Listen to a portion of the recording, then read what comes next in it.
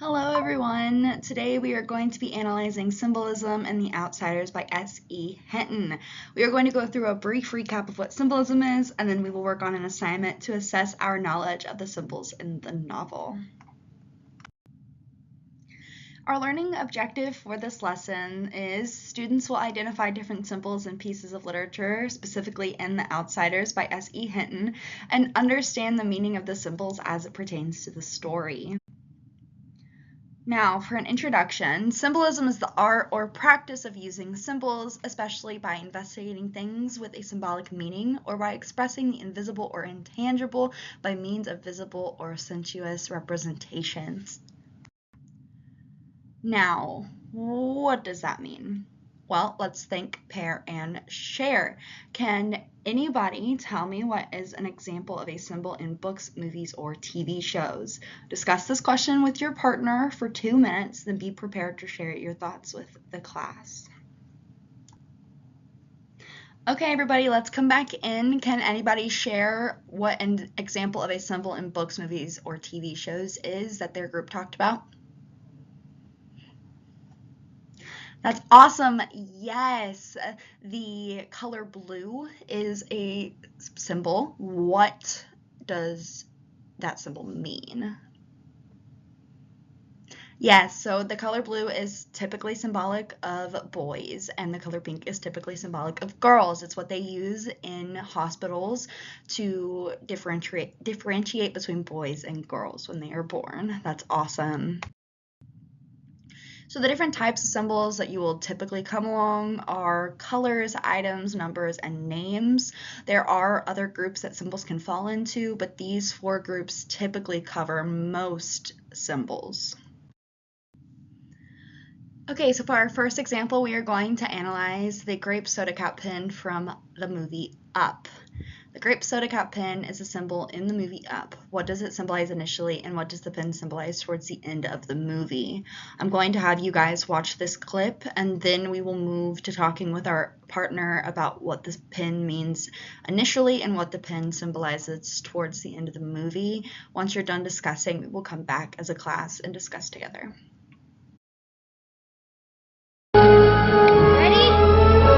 Ready?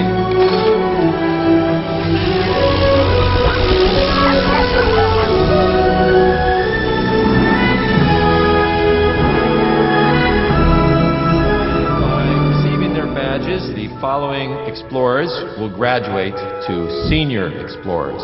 For extreme mountaineering lore, congratulations, Jimmy. For wild animal defensive arts, congratulations, Brandon. For assisting the elderly, Russell, is there someone that, Excuse me. Pardon me. Old man coming through. I'm here for him. Congratulations, Russell. Sir?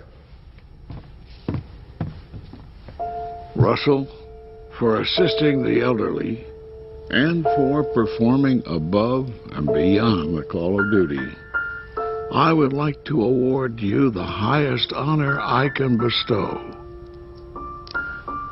the Ellie Badge. Wow.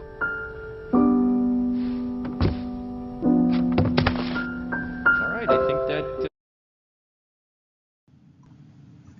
Okay, class, everybody come back in. Let's discuss what the pen symbolizes initially and what the pen symbolizes towards the end of the movie.